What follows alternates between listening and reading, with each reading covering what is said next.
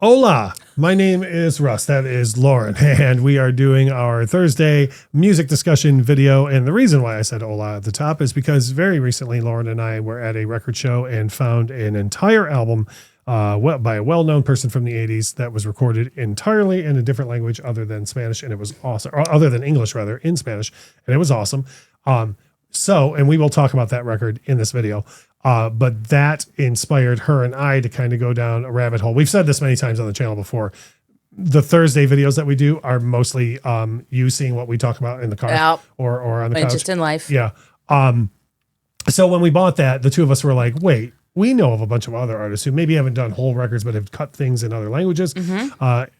Cut to 5 minutes later, and Lauren was like, I'm doing a video about artists who have cut songs in other languages.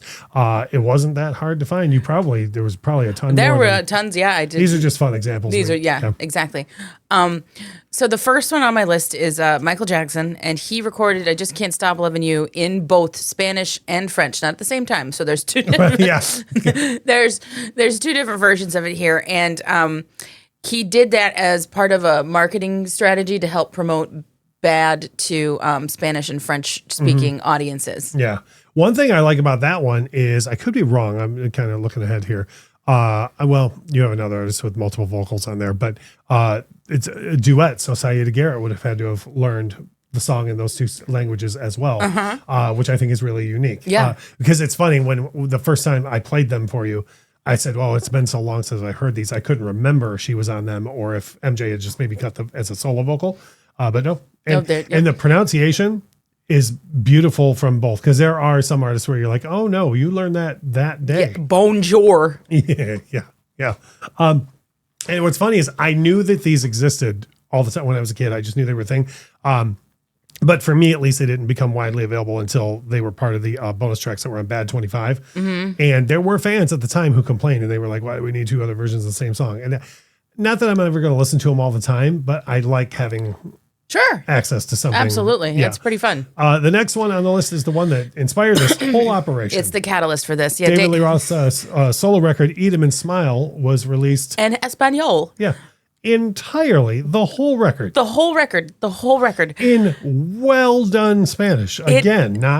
It's a delight. It's a delight. And the idea to re-record this album in Spanish came from bassist Billy Sheehan, who had he read a magazine article noting that Mexico's population over half of Mexico's population at the time was between 18 and 27. And he's like, we got to get them to buy this. If you're David Lee Roth trying to get record sales in that time, 18 and 27 is that's what you're going after. And like everything about that, we've had many conversations about David Lee Roth on this channel. Everything about this is perfect. Like all of the Dave-isms are there, just in Spanish. I cannot recommend this enough. I would go as far as to say that I prefer this to the English language version. I'm not kidding. I think I do as well. And I know I had just mentioned this with MJ, but this is a thing that I always knew existed as well. Like it wasn't like the folklore or urban legend. It was like a thing I knew was a thing. But growing up in Detroit, there weren't copies of the Spanish version of the album laying around in bins. And you can listen to it on YouTube. It might even be on the streaming services. But like when you're done with this video, you can go hear this right now. And I don't know. I really do think I prefer listening to this version. And what's interesting though is I know all the lyrics of the record really well, and I don't think that you do. Like I know you know Yankee Rose really well, and probably going crazy. So it's two different listening experiences for us, because in some ways there are a lot, like even on Yankee Rose, there's a lot I noticed where there's not a Spanish equivalent. So they reworked the lyrics, right? Yeah. And I would be interested to know how many other times on the record that had to happen. Oh yeah. Either way, it's so fun. But my favorite thing is, I don't think David Lee Roth has done anything boring ever in his life, but he's having such a blast with it. Like you said, all the Dave-isms are. Oh my gosh, it's so good. It's so good. Now you've got a couple from a guy who did two different records. Yeah. Peter Gabriel did his third and fourth solo albums completely in German.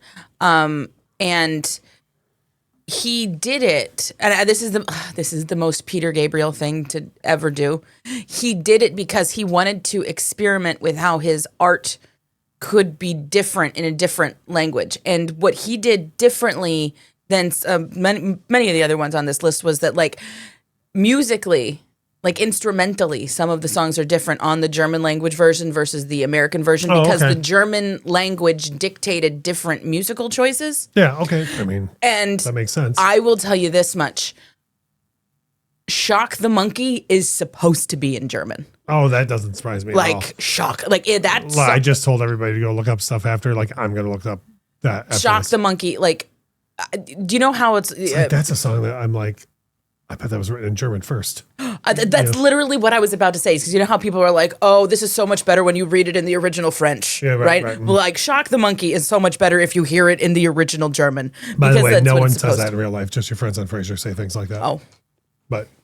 Well, as they say on Frasier. Good Lord. Here's another one. Now, this one, I think a lot of people know about this one. A couple of singles. This was a thing growing up. You just heard all the time. Like, even on American Top 40, sometimes when they just talk about the Beatles, they'd be like, did you know this? Did you know this? Yeah. The Beatles did I Want to Hold Your Hand and She Loves You in German. And I knew about these as kids because they were on the Past Masters Volume 1 maybe that's when package. I heard them first, too.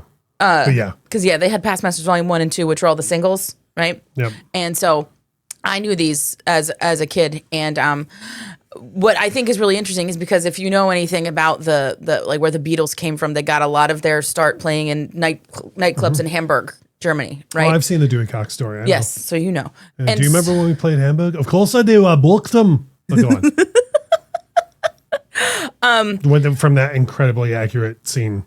Right. Dewey Cox. That's perfect. Yep. Yeah. So they recorded these 2 tracks in German to kind of remind their initial German fans. It's like, hey, like we're over here doing Which I think is cool, right? Yeah. Like, I mean, I'm also certain this is a demographic and let's get some sales over there thing. But yeah, and like in doing the research on this, like the Beatles generally weren't thrilled with having to do this, probably because it was a lot of work to have to, like, I would say so. And they're like, no, we don't want to do for it a band anymore. that's prolific as they were at that time, it's like, okay, but we don't have time to redo other things. Right. I mean, could you imagine how difficult it was to get Ringo to play the drums in German?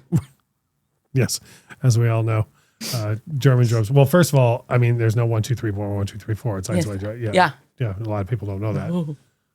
Right. Yeah, and he has to drum from right to left. Oh my gosh! Yeah, the other way around. Yeah. The last one that you have on the list is one. Here's one that I totally knew about and forgot was a thing. And then when you said, "Oh, and I'm gonna put this on the list," I was like, "Oh, that is a thing." Yeah. And this is included on... This is on the medium rarities in the Squeeze box set. So we have this. I'm talking about Weird Al recorded his song Jurassic Park in Japanese.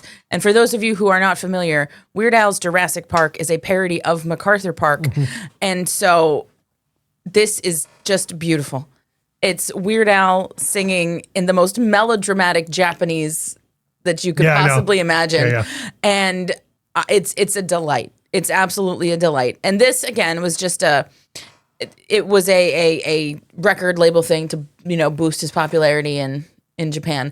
But I like the effort put into it, though, because he could have very well been like, here's just the lyrics, but the way he sings it is great. It's great. And actually, this is not Weird Al's first foray into the Japanese market. There was a thing you said is a thing, but we couldn't find it. I couldn't find it. There was a Japanese version of Eat It.